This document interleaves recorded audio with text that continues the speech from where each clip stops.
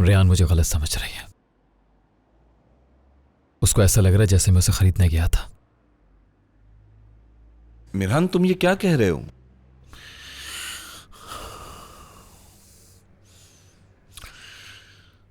शादुलो हवेली के कागजात उनको वापस देने होंगे।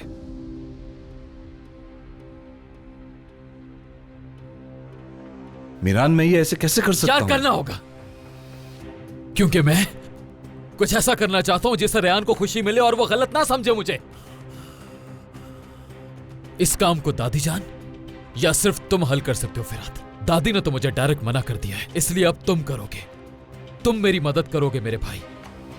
वो कागजात किसी भी सूरत में हमें वापस करने हैं फिरात, चाहे हमें कुछ भी करना पड़े।